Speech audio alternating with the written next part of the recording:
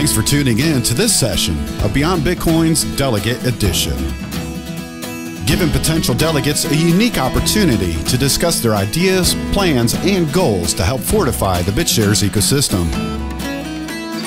If you're a potential delegate and would like to create your own hangout, then please send your request to beyondbitcoin@gmail.com.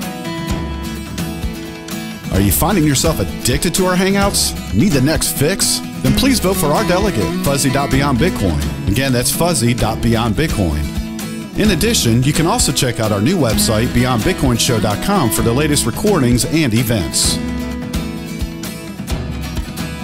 Now let's join in with our featured delegate. Welcome to another Beyond Bitcoin Hangout.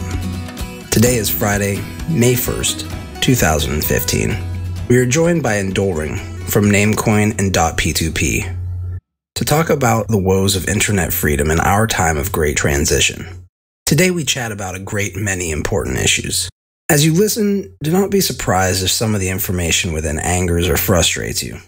We live in interesting times after all, but interesting times do not always have to be dark times. I guess that's why Indolering is working on decentralized DNS systems with his friends over at Namecoin and Bitshares. I personally walked away from this hangout feeling like there was a great deal of hope to fix our present circumstances. The fact of the matter is, as long as we fight for our rights, they can never be taken away. Decentralized DNS is one very powerful tool in that fight. I hope you enjoy this as much as I did, and I hope you consider voting for his delegate. First off, would you be able to introduce yourself to everybody who might not know you, who's listening? All right, so I'm Indolering. Real name is, well, you can Google Indolering. And I'm actually here because I'm working on the P2P, the blockchain-based DNS project. I also work on Namecoin, which is another version of this, and kind of trying to combine the best of both worlds and get that going. I have a very interesting background, and we've been I kind of stumbled into this conversation about what sounds like a conversation about BitTorrent and the war on file sharing, as well as some patenting of some software patents. It sounds like. Yeah. So do you want me just to kind of talk about what I was talking about before with the framing?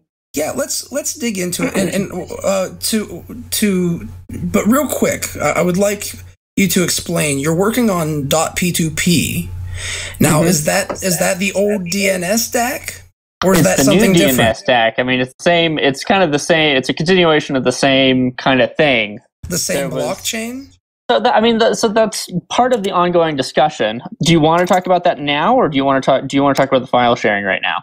I think right now, let's say this: if it's based on delegated proof of stake, it's probably something the community is going to want to hear. Just if you can summarize it real quick. Well, but I'd like to talk about that.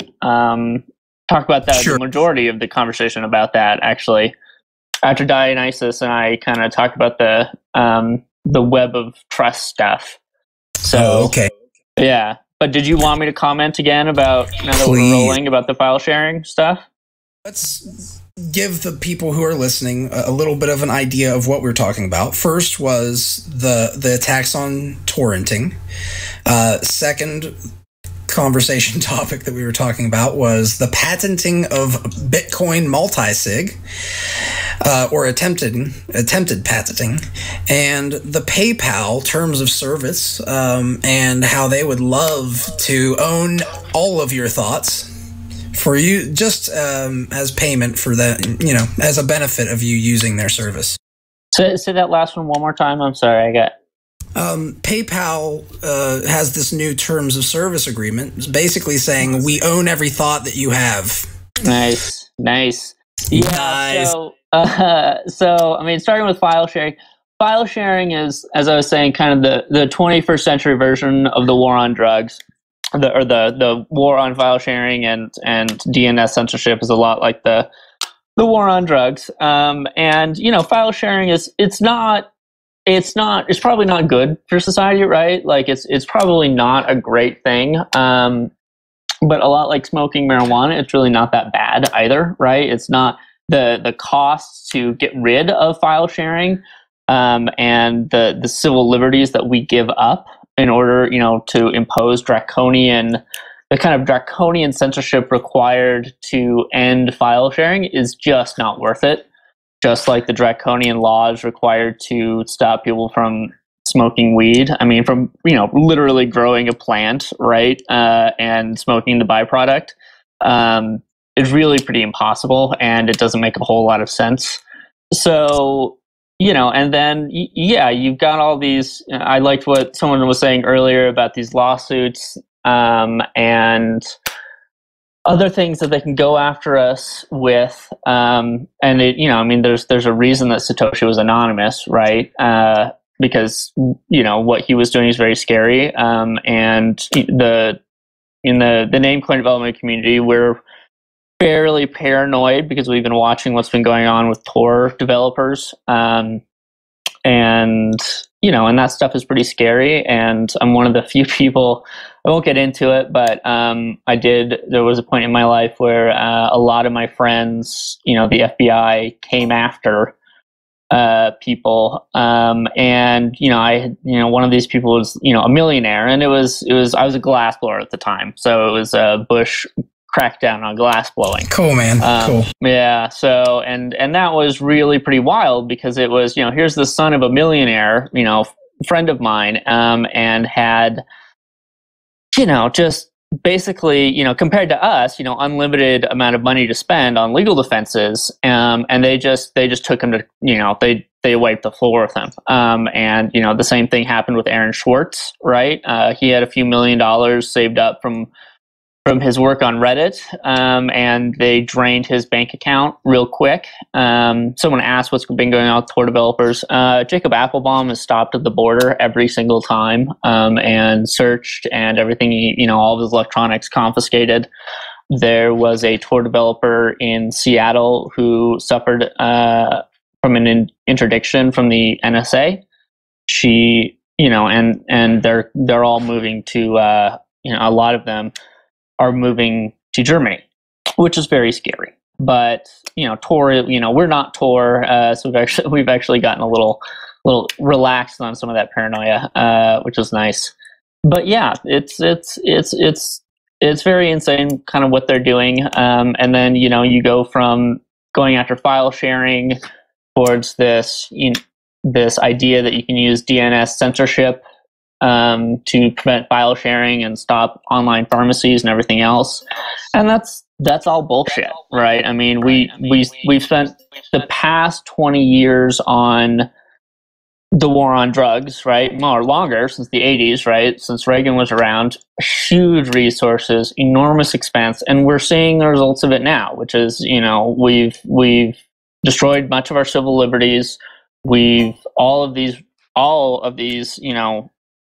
these laws against these drugs are laws against cultures with different drugs, right? I mean, that's the thing about marijuana. It was a different culture.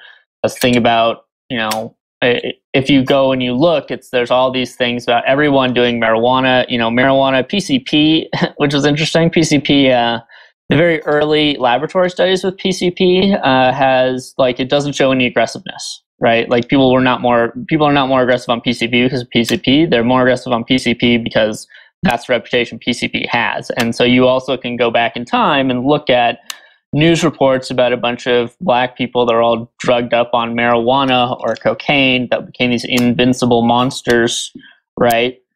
The same thing that we hear about when PCP users going crazy and taking out 5 cops or whatever. And it's all a bunch of hype, and it doesn't make any sense. And these are, I'm not advocating PCP use or cocaine use. I don't do any of those. But I am or cocaine or crack cocaine. But then the disparity of the laws between using cocaine straight and then cocaine that you've cooked up with a few things and calling it crack. There's something like a 15-year, even now, like there used to be like a 30 a disparity between the sentencing. There was like a 30 times greater sentencing, and now it's down to like 10 or 15 or something.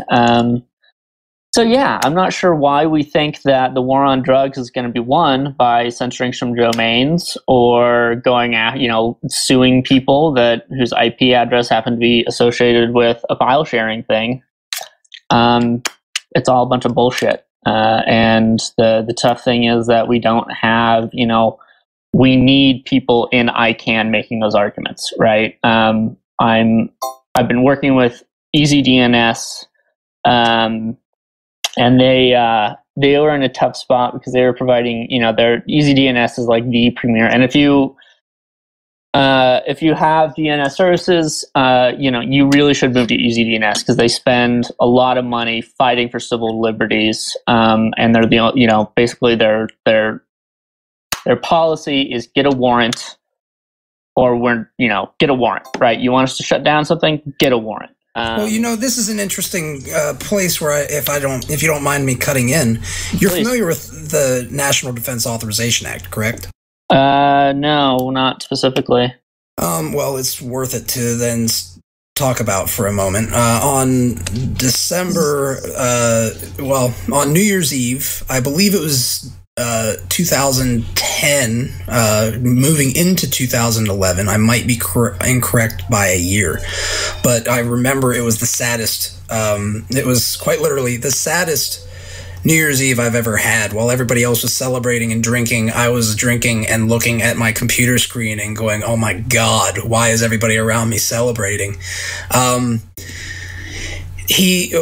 President Obama signed an executive order saying that putting the National Defense Authorization Act into effect, stating that you can now be detained without trial or charge indefinitely as long as you are considered a terrorist by a kangaroo court, that no one in the public will be able to see your case.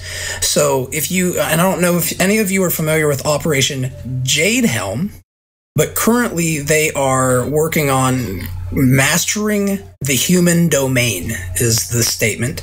They have released, some people have leaked a map showing Texas and a couple, Utah and I believe Colorado as hostile territory. They are running essentially martial law drills. And if anybody goes and looks let's bring this back a little bit. Sure. So just bringing this back to just DNS, and because we also wanted to hit the patent stuff. So the point I wanted to make with EasyDNS is, they had they were doing DNS services for an online pharmacy, and it turned out this pharmacy was not. There's an unofficial list of online pharmacies that kind of get their legitimacy. Like if you're not on that list, you're not legit. And so being on that list requires not selling any drugs, not selling things like stimulants, controlled drugs, drugs with high abuse potential. And someone actually ordered some drugs from this pharmacy and then killed themselves with it. Or managed to overdose and kill themselves. And, I believe it was the FDA or one of the other regulatory agencies actually released a press release. I'm not sure if it was releasing a press release or somehow, but essentially called out EasyDNS in the death of this person, right? How is this possible? Well, it's very easy, right? They got it from this pharmacy. EasyDNS is providing services for them. EasyDNS thus was involved in the killing of someone. And they sent an email to me saying, "Hey, how do you, what are your thoughts on this?" And you're in a very tough spot, right? They're a small company, right? They don't have a whole lot of things, and now they're getting, they're getting attacked by one of these agencies as being instrumental in someone's death, right? What can you really do at that point? it's very tough. But what's strange is that they are asking EasyDNS to win the war on drugs, right? They're asking EasyDNS to help them end what has been a total disaster in policy, right? That every academic, every respectable policy person, if it wasn't for the fact that the politics make it very difficult for us to transition to something more sane, everyone disagrees with that, and they're now bringing this fight to DNS and the internet, which is really sad. And then moving towards what sounds like some patents on math, right? These, it's really unfortunate. My thoughts on software patents. Patents, they almost make sense, and it comes down to a investment issue, right? And so, and I've worked with mechanical engineers, and the cost for hardware, for building hardware stuff, is insane, right? The upfront, So the upfront cost for hardware manufacturing and whatnot is very, very, very, very high. So I am for limited patents, much more limited than what we have now, by the way, for things that are physical, because you have to go buy something, right? Whereas writing with a computer program, you already bought that computer to surf the internet and watch, The Daily Show or whatever.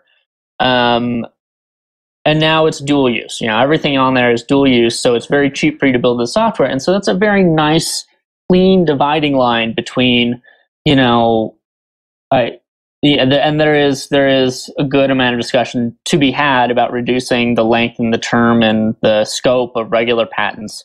But for software patents, it just doesn't make any fucking sense, And the legal case that actually brought software patents, because originally the patent office treated software patents as patents on math, and they were ineligible. And then there was a lawsuit brought to the Supreme Court, and somebody basically said, "Look, if you can get a patent for logic on a chip, you can get a patent for the same logic in software," right? And the Supreme Court said, "Yeah, okay, that makes sense." Right. Yeah, because they have no clue what they're talking about. right. And to a degree, it does make sense, but the real dividing line, like I said, is the cost of producing a chip versus the cost of producing that same logic in software is radically different, and it doesn't make any sense. And we have unfortunately been asking the courts to end software patents, and they're not going to. They've made a bunch of progress recently. But can you explain really a little bit? Can you explain a little bit to their progress? Yeah. The progress that they made was recent, I think in the past year or so. I can't remember the exact name of it. But in the past few years, there's been a few cases that basically say, do it on a computer isn't a patent, right? That's not novel, right? Like you can't just say, okay, here's a method, these method patents are being kind of invalidated. And that's what most computer patents are, a method for serving, music, right? Yeah. That sort of thing, these sort of method patents. So how to do something or provide a service of some sort. Right. So just kind of describing the steps taken to do something is not enough, right? But at the same time, you have these justices, a lot of them think that like compression patents are interesting, right? Because they don't really understand it. And what you're doing is, and as someone else has put it, you have a very, very nice group of very intelligent lawyers who are trying to figure out software patents, like trying to figure out what this other stuff is. And so, and one of them just said, one of the arguments I want to say literally, but probably not literally, was somebody said, this is kind of obvious. And then someone else said, yeah, but I mean, this chart has lots of boxes and arrows. It looks pretty complicated to me, right? And it's like, sure. Okay, this is not a test for novelty, right? Like this is a bunch of people going, I don't know what the fuck's going on. And really, what I think that we're going to have to do in the long term is we need to reframe, the free culture movement and the free software movement around, reframe the free software movement beyond just software, but as free culture and freedom of expression and ideas, and start start framing these patents and violations of patents as thought crimes, right? And patents being patents on, software patents being, patents on thought, patents on logic. Yes. Which actually brings us to the PayPal issue a little bit, doesn't it? Which is yeah, exactly. So the PayPal saying anything, I'm not sure. I haven't read the thing, but yeah, all these patents on just thinking about these things or doing whatever it is, and a lot of times, I have a little bit of sympathy for PayPal because you're kind of just listening to lawyers. And as someone in the free software movement told me, who's pretty high level. He's not a lawyer himself, but when I was trying to run down a bunch of the legal arguments and the legal specifics of the distributed DNS project, and I kept because I kept looking at the technological infrastructure, right? These technological ways that we were building these things, and then looking at the legal analysis and the crimes and stuff, and I kept finding the same technology being used, and in one case being ruled against, and in another case being fine, right? And I couldn't figure out this disparity. So I went and I spent a lot of time bugging lawyers, and eventually one of them told me, this is not the point I was trying to get to, but one of them just said, I'll get actually to the point I was trying to get to. So spent a bunch of time and I was expressing this just like, I've been talking to these lawyers and none of them will tell me anything straight, or like they'll tell me this thing and it doesn't really make a whole lot of sense. And he just says, you realize they're making up shit like on the spot, right? Like they don't fucking know.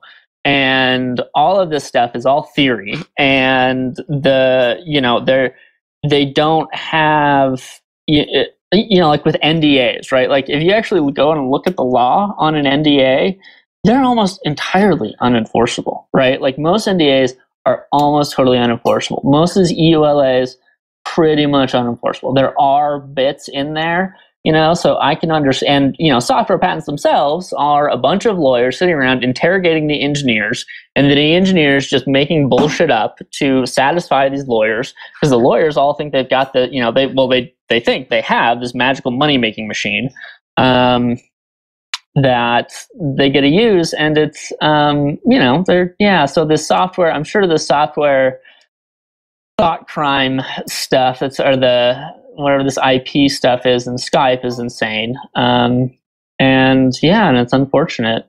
Can you give me a little bit more background on what's going on with these multi-sig patents? Was this a submarine patent that suddenly came up, or somebody applied for a new multi-sig patent? This is actually news to me. Somebody here brought it up.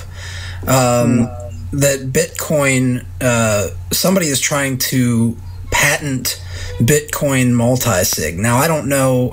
I'm assuming that there are different ways of accomplishing multi-sig. So I'm assuming that this is one of those things where you're talking about like patenting the method, right? But you will probably know more on this with respect to how that could be done. Yeah, I don't really. I've done some patent debunking, which is insane. And so what you do, it's really interesting actually. If you sit down and the way to do this is essentially they've written the patents to be as confusing as possible. And so there's some people that are on. And let me actually kind of talk to some people that. I agree that a lot of the hardware, there's a lot of, because what I said earlier is, I'm for hardware patents because there is kind of a cost associated there. And some people are saying, well, not really, right? There's a lot of times where it's only $100, and I totally agree with you. And there's a lot of times that there are stupid fucking patents out there, and fighting them is so much money. I remember once there was somebody who it was they had one of those, I don't know how you call it. It's one of those those metal gooseneck iPod holders, right? And so you can just it's very easy to position the iPod, and you can plug it into your, back when cars used to only have, cigarette lighters, and you plug it into the cigarette lighter adapter. And then you have this gooseneck thing so you could position your iPod. Somebody actually just got a patent on a gooseneck iPod holder. And there's some other person that wanted to make another, gooseneck iPod holder, bought all this manufacturing equipment, and then found this patent was totally fucked. And it's just like, God, these, and I agree that the patent office, and I have a lot of psychology background, so I know that the patent offices are not the right people to deciding whether a patent is actually obvious or not, nor is a 12-person jury. Can I interject something here about software patents? One of the things that you made a statement of was that it's so much more costly to develop a hardware patent, or the cost involved in developing hardware is so much more capital intensive than it is for software. And that's true, but you can't really make the claim that developing a software patent for a particular process is cheaper to do than implementing it in hardware, or the other way around, because even though you can make the case that there's very little capital investment in producing a software item. It could take a whole lot of labor to produce that item, and then comes being inventive. You can't put a price on that. There could be, like, for example, take Satoshi's blockchain development, and if that was patented, we wouldn't have the ability to do what we're doing today. But on the other hand, if you looked at it from an intellectual property perspective, that certainly should be patentable, because who else could have come up with that in the hundreds of thousands of years that we've been at this human game of producing things? Tom, I agree. I mean, I'm not saying that this is a perfect dividing line, and I feel that patents in general are overused. I'm just saying I think that if there is any kind of dividing line to be drawn anywhere, I think the difference between hardware and software is an okay one. It's still kind of shitty, and I agree that there is a lot of arguments to be made against traditional patents, and I still think that is way too strong. And I think that at the very least, that if I'm going to give the patent the argument that patents make sense at all, I think that my absolute tolerance limit for that is a hardware software distinction. And I'm not trying to say that regular patents are a great idea. Can I butt in real quick? Well, first, there's two things. There will be occasions when I just want to let you know. For anybody who's here, they're allowed to ask questions, obviously, right? This is not the Fuzzy Show. This is all of us as a community, and a growing community, and a movement who's talking about important issues and how we're going to find these solutions, right? So I will occasionally butt in with, something that, for instance, I'm going to be trying to fit in something that Arhag's talking about. But with respect to what we're talking about here, we have Creative Commons, right?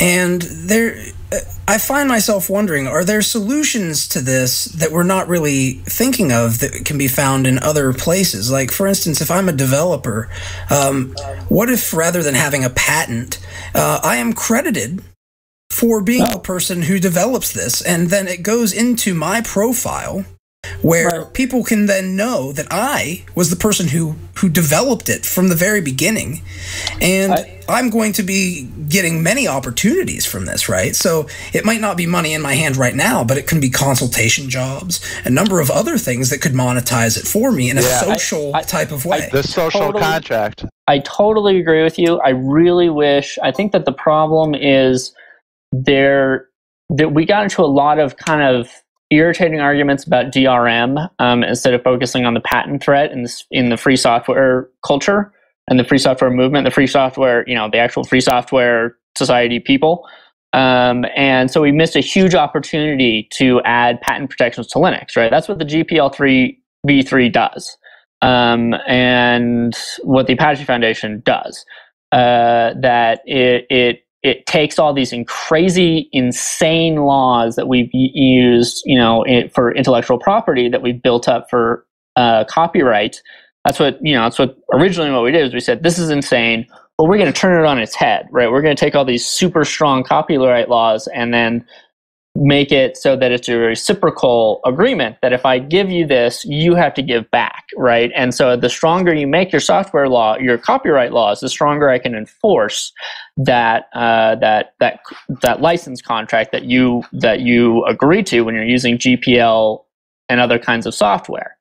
Unfortunately, there was a kind of pushback against this because there was also a lot of people who wanted to make their own private versions of it. The Apache Foundation has been pretty good in that they have added patent protections, right, to this. But yeah, it's really sad because we haven't been able to get Linux to adopt the GPL v3 because of DRM restrictions and the DRM restrictions in the GPL v3. And it turns out DRM is not the nuclear weapon we were worried about. Patent wars were, and the person that set that off was Steve Jobs, right? We're really devolving into a philosophical discussion about the merits of intellectual property. And that's true. The one thing for sure is I don't know where I stand on that. I mean, I actually just don't. I mean, there's merits on both sides of the intellectual property debate. So if we really want to make some progress and benefit the community here, I think we need to kind of shy away from that very controversial thing, not as though that's the issue of controversy. It's just a matter of making headway and getting more information out to everybody. Yeah. So, let's switch to DNS. That's what I'm here for. Yeah, let's switch back. It looks, Dionysus, are you here yet? I do not see him unless he logged in with another name.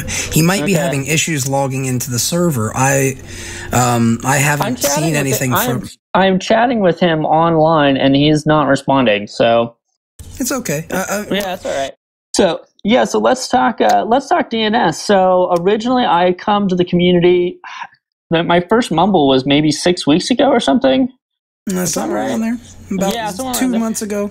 2 months ago. So there was and I come and kind of pitched, made the delegate pitch for the DNS stuff, and everything went pretty well. And then there was some discussion. I can't get into it too much with some other team members about how we wanted to proceed and whether we really wanted to go for delegate share or for delegate pay. And I wanted to go for delegate pay, out of respect for others, and we kind of put it on hold and talked about it for a while. But then eventually we decided, we want to go ahead and do delegate pay, and go ahead and start working on things on the Bitshares chain. One of the major discussion points was, maybe I should back up a bit for new people.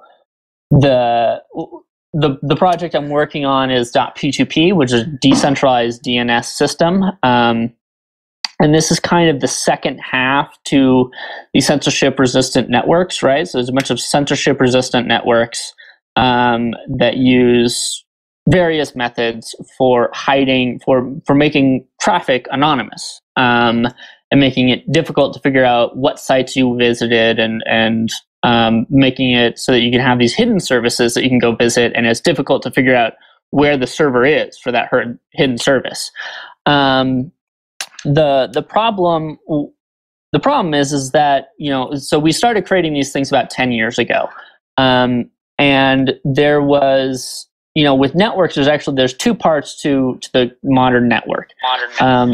One is the network itself and these network addresses and the routing to pass information between these network addresses. And then the other part is the domain name system, which is a way for translating these network addresses, these computer addresses, and making them usable by normal people, so that when I punch in Wikipedia.com, even though Wikipedia itself doesn't have necessarily any intrinsic meaning on its own, I can remember Wikipedia, whereas I can't remember 192.168.573.952, right? So it is a phone book, right? And it's quite, it's not literally a phone book, but the analogy is the same in that it is a way for you to look up human meaningful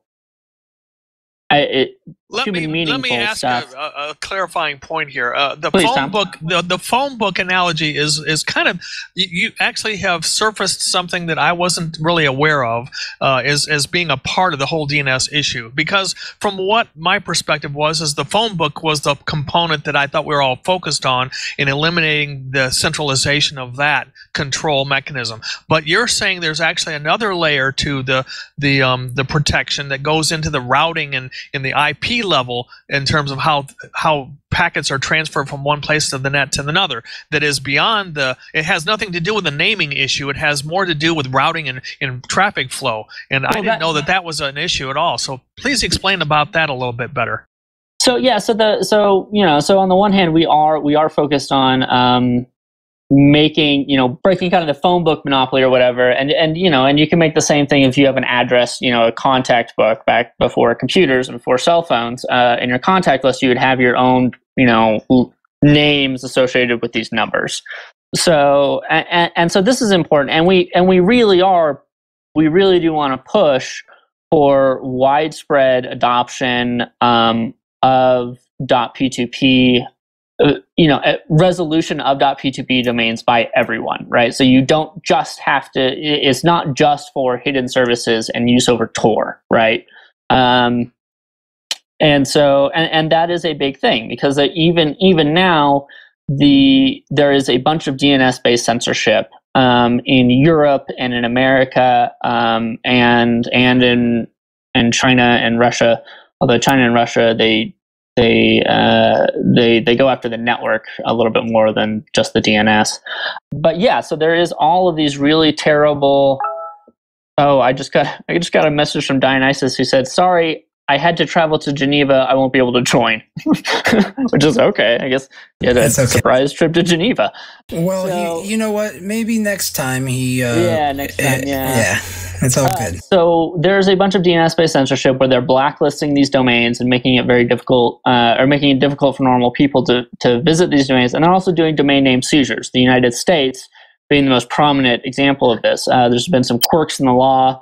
And then the really stupid way in which ICANN and the domain name system was set up legally. The 90s. It makes you feel good. The neoliberals of the 90s really just drive me nuts, because they were like, oh, okay, yeah, we can do all this stuff using non-governmental things, and we can make these private institutions and blah blah blah. And so so they turned to all this weird fucking contract law instead of being like, hey, you know what? Let's just make this let's make this a function of civil society. Anyway, so they've been allowed. Right now, getting a domain seized. There's I wrote a big article on this, and I'm kind of walking away from what Tom had said about Tor and everything, because I do want to emphasize the use of censorship resistant domain name systems over regular networks. And so what we've been seeing is, I wrote a blog article on this, is we've been seeing this exponential growth. I think it was starting in 2010. The U.S. law enforcement started seizing domain names, and the vast majority of all domain names are .com, .net, .org, .info, which are all controlled by U.S. corporations. And their compliance with law enforcement is totally because they're a private corporation, and they're bowing to the demands of these law enforcement agencies, and they can force them to act. And so we have been seeing exponential growth, year over year, doublings of the number of domain names being seized. And it started with just a handful in 2010, and then this past year we saw 5,000 domains in one action. And so what's going on is they're seizing domain names. There is no due process. That's the scariest thing about this. There's zero due process going on here. So there have been domain name owners that, people that have blogs that were distributing MP3s that were given to them by the RIAA and producers as a way to, kind of incentivize listening to this music and stuff.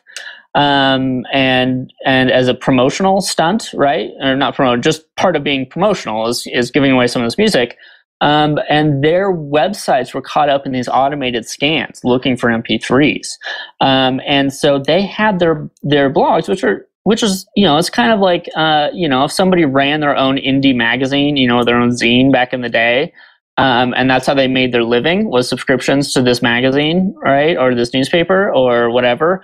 And so the government has walked in and taken away their business, right? Taken away, whatever analogy you want to make the physical world, taken away their phone number, taken away their FM broadcasting, taken away their printing presses, whatever. They've come in and they've, very seriously disrupted their business for no fucking reason. They were not given any ability in court, seized these digital assets essentially without any kind of ability to challenge this in court preemptively, right? It wasn't that they were handed something and said, hey, you've got 30 days and we're going to take this thing, or you can go to court and argue against it. It was just taken, right? Without them knowing about it. And what's even scarier is that there was, I think it's noip.com or something, and this was a DNS forwarding service, right? So if you don't have your own domain name, you can get a subdomain from this service, and it will forward your traffic. Like if you have a home server or something, your IP address changes every now and then. Your home server dynamic DNS. Right, yeah. So they were the largest of these, and I can't remember. I want to say there were millions of. I know there were tens or hundreds of thousands of users and millions of domains. And Microsoft malware researchers noticed that some malware people were using this forwarding service to distribute malware. And they had, and NoIP actively tried to shut those types of users down, right? So it wasn't that NoIP was making a bunch of money on this. It wasn't that NoIP. No, they were fighting for our rights and fighting to protect the users. Not even that. I mean, they were just trying to offer, a service, and they were actively trying to shut down malware distributors. But they had contacts within Microsoft, right? That was the most bizarre thing. These researchers never called them and said, hey, this is, can you shut down these additional domains, right? Or let's work on some technology to try to shut this down. And they went to a judge in California, and they said, give us these no IP domains, because they're doing all this malware. And the judge said, yes, this is a private company going to court, maybe with the support of law enforcement, but not with law enforcement or prosecutor pressing any kind of formal charges, taking away no IP's business. I mean, destroying their business models. Wow. Right. Which is fucking insane. Can we break that down just a little bit? Because I'm familiar with no IP and that type of service. So basically they operate their own kind of phone book, so to speak, because if you have a dynamic IP address because of DHCP in your router, then basically they offer you to create your own name, which it's a referral service, so people go to the name that you've specified, and that goes to the IP address, which is dynamically determined, every so often. Right. So, and it's basically, it's like any other forwarding service, right? So if you have a forwarding service for phones, right, you call one phone number and it calls your cell phone, right?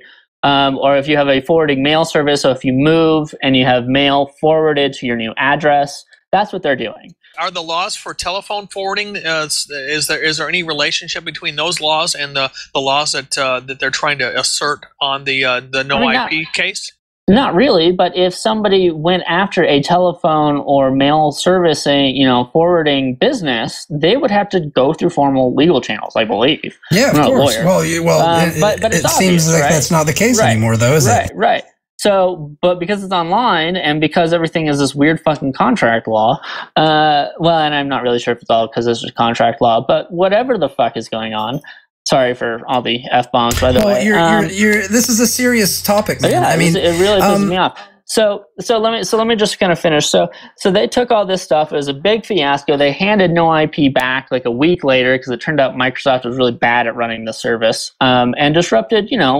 It only counted as a handful, maybe a dozen domains, but it disrupted thousands and thousands of people's service, and it effectively wiped out hundreds of thousands, if not millions, of domains. And this is all private. This all happened, and there was another one that happened this past year. It was 5,000 domains. The only reason that we know that this happened is because all the whois information on these domains changed to Bob at domainnamesales.com. Right. So Bob now owns all of them. Yeah. So Bob now owns all of them. It was a part of a private legal action. I believe it was about. It was basically a thing where they owed a bunch of money or something, and so legally they were entitled to all these domains, but other people's domains were involved in this. So I haven't checked on it in a while, but at the time we didn't know what the hell was going on, and it was just 5,000 domains just casually taken away. And like I said earlier, these going after these online pharmacies, going after there's a bunch of really good ways on the client side to do this, right? There's ways to build lists and say, hey, this is because a lot of these things, I agree with that we're trying to protect consumers. A lot of these things are trying to bust counterfeit people, people that are selling Cisco gear, counterfeit Cisco gear, whatever, selling, drugs online that are filled with, nasty chemicals and are not the real drugs. File sharing sites where you can you can download something bad on your computer. But there's a way to deal with this that does not require violating all these rights. You have a warning, maybe. Now we're getting into I'm going to interrupt you, Indolering. This is. Yeah, go ahead. This is where I'm really glad that we're starting to get into this point, because it's really easy to focus on all the negative stuff, and I do it myself. I get caught up in it, actually. And it really it can become depressing, to really realize how heinous and how absolutely it's almost like watching people murdered right in front of you. To see somebody is capable, a human being or a group of human beings is capable of this and actually not caring. It's mind-blowing. Right. But you're now starting to get into some of these solutions, right? And that's what you're working on, and that's why you're here too. So can we dig into it a little bit? Yeah. So this is all very well documented. You can go onto my blog, just Google the Indolering and domain name seizures or something. And this is all very, very, very, very well documented, and mainstream stuff. One of the things that I have a question for you, Indolering, is your work with ICANN and some of these agencies or institutions that are managing domain name registrations now. How much do you feel we need to play along and kind of work with the existing systems versus coming up with our own blockchain-oriented thing that's totally separate from the existing solutions? That's one question I have for you. So let me get back to that. I do want to cover the hidden services very quickly. So a big part of this is making a domain name system that you can't seize domains, right? And then so all these domain name seizures, all this other DNS-based censorship, that's what we're trying to stop. But then there's also, getting back to what I was talking about with these anonymous networks. When we first built these censorship-resistant networks where you can publish data and make it difficult to find out who you are, we didn't have blockchain technology. And what happens, the problem that we ran into is that these domain names have some level of intrinsic value, right? And by creating domain names, the way that these censorship-resistant networks work is they use math to generate these network addresses, and so you can make these network addresses that make sense to computers, but are very, very difficult for humans to use. And if you created just a top-level domain back in the day, and you just made them free, squatters take everything, right? They will take everything, and they'll have no reason to resell these domains, right? However, they hold out for the highest bidder, exactly, or whatever, right? Yeah, and if you try to add costs before cryptocurrencies came around, if you try to add cost to this, you introduced an opportunity for censorship, right? Because then these people can come in and steal, they can do a banking blockade, or they can trace the owner of a domain, one of these domains, through the financial system. And so for a long time, Tor was mainly useful because it allowed people in censored places to reach normal web services. And to find these hidden services, you basically had a directory system, right? Like old school Yahoo directories where you have to search through, and lists of things, and they would have to be manually updated. Super huge pain in the ass. And so, so these services, that while they've been around, they've never been popular, and they've never been used very much. And so what the magic of the blockchain does is it allows us to assign a cost to these assets. And it allows people to have to, enforce costs of these domain names so that squatters can't just take them all, and force people to have a reason to sell.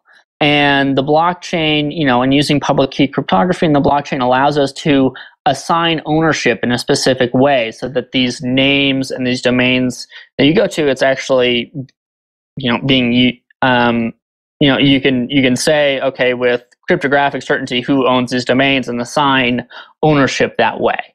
And so that's what, Namecoin and Bitshares is trying to do with the .bit and the .p2p top level domains. So getting back to what point Tom asked about, in terms of working with ICANN or building our own system, I think the answer is yes and. So I think that we need to be working on every possible venue, and that's kind of one of the things that has been evolved in the past few weeks and past months since I first talked, in that I think that we need to be going after every realm that we can and trying to build multiple different, trying to apply this technology in several different ways. I can't get into the details too much, unfortunately, because I am dealing with political actors and a political reality. So if I kind of got into trouble because I talked a bit about it too much in my first discussion, and the one part of politics is I don't want to piss everyone off, and I don't want to ruin relationships and do a bunch of stuff and set things up in a bad way before we have kind of demonstrated we're capable of delivering. But then the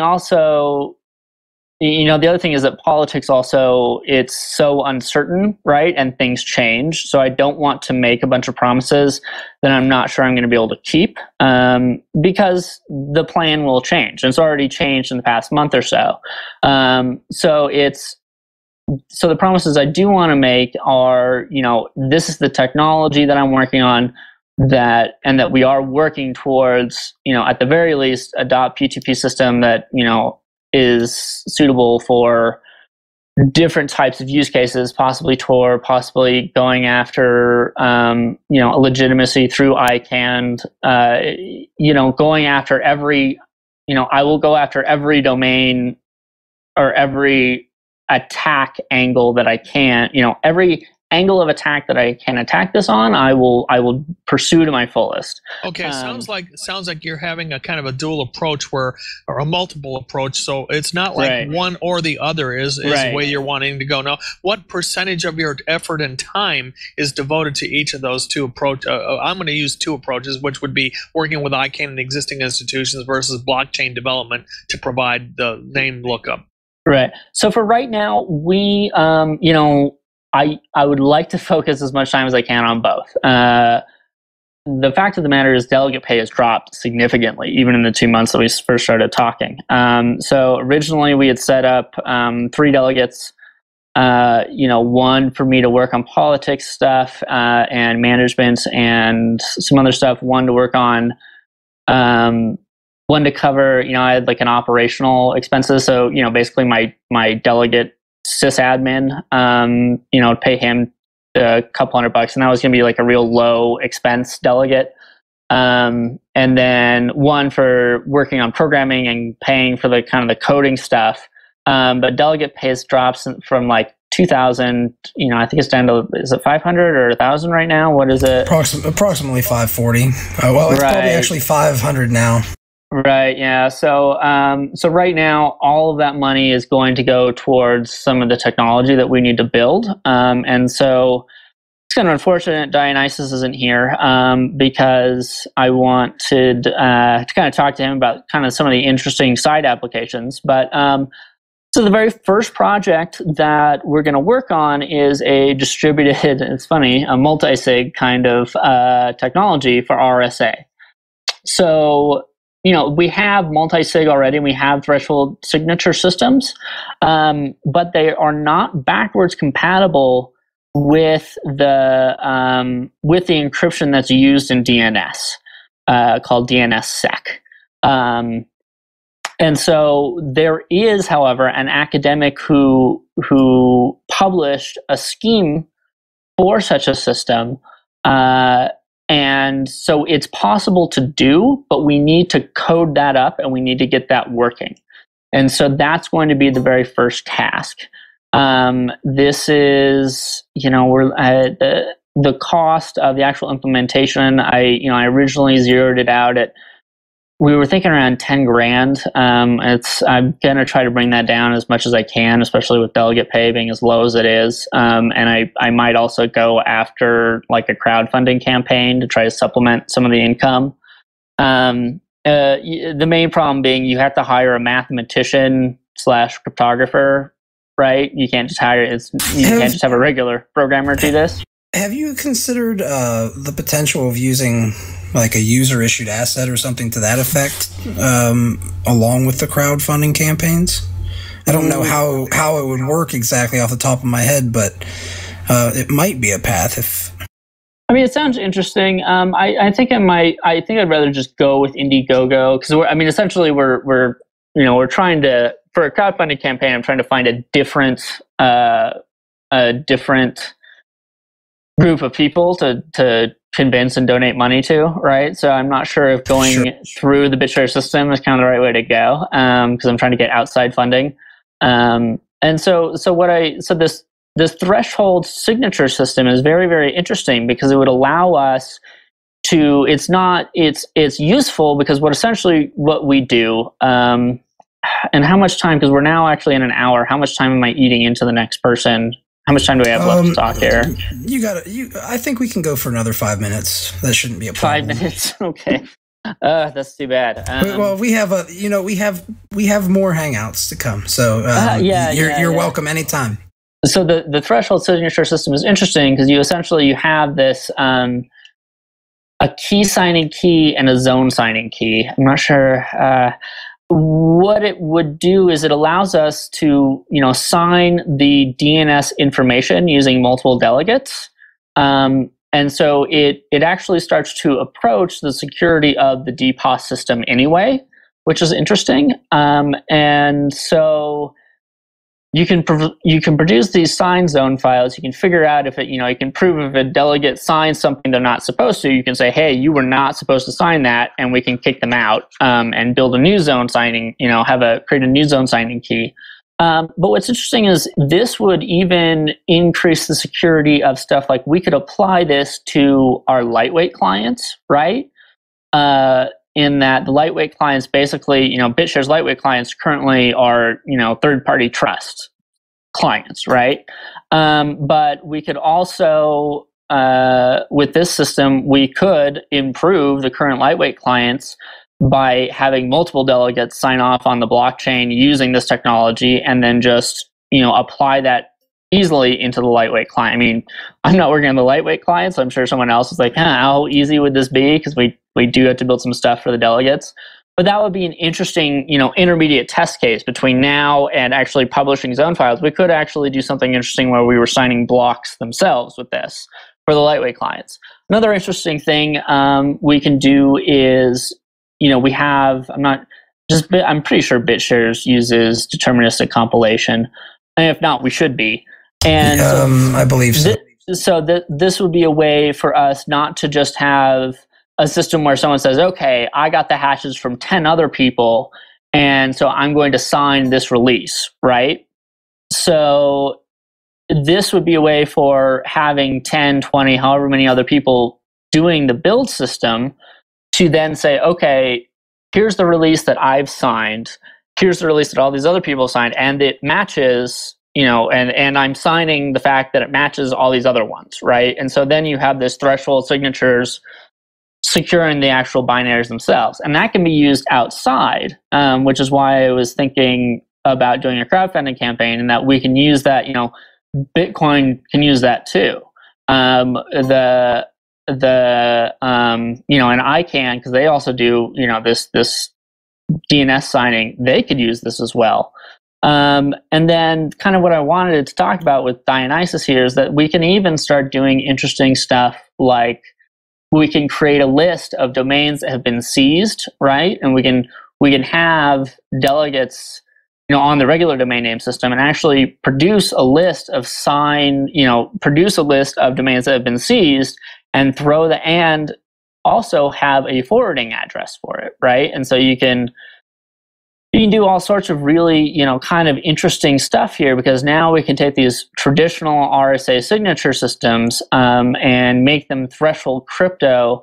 And, basically any time where threshold crypto would be an improvement over the baseline, but the existing systems only accept vanilla RSA, we can now improve those.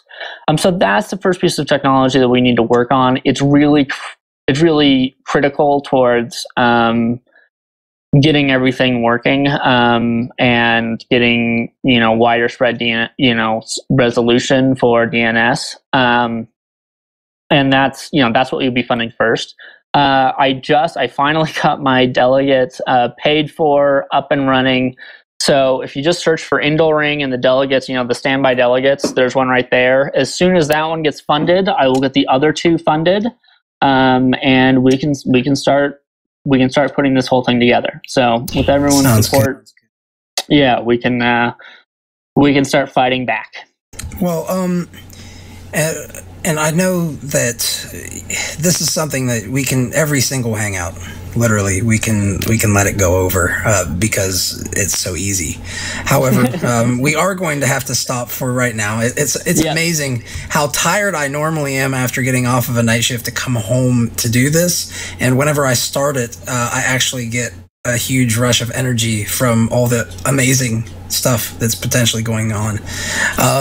So what I would like to have you do is, if you could post something to your original post for your Bitshares delegate, and let's keep on working together and let people know what's going on. Okay.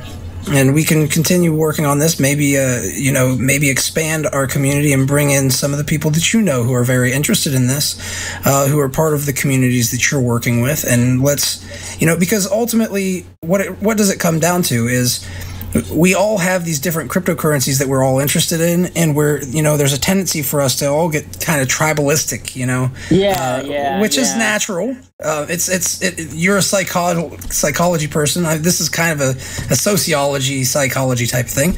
But at the same time, we are all fighting a really important battle, and this is something I've had to learn myself. I have been very, very tribalistic in the past, and the more that I look at the things that you're talking about and the stuff that we've talked about today, this stuff is imperative. It's not even a matter of making money off of it.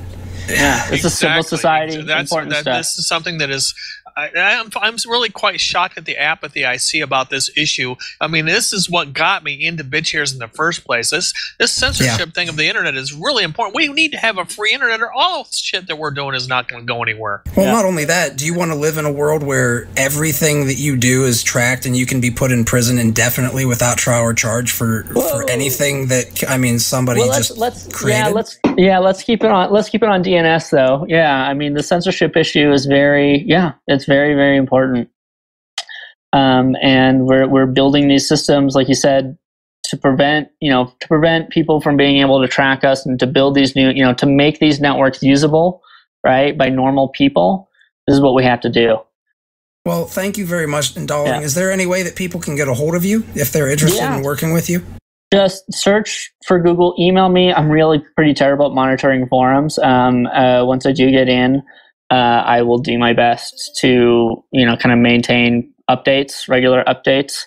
But yeah, let's talk again, next week if possible, and see what's going on. And in the meantime, please go vote for my delegate.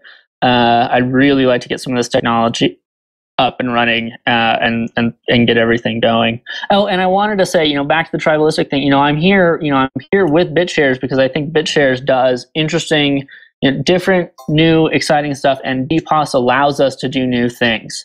And so, it is okay to be tribalistic to a great degree, because there's a lot of stuff you can do on Bitshares and DPoS that you can't do everywhere else. And maybe next time Dionysus is here, we can kind of talk about that.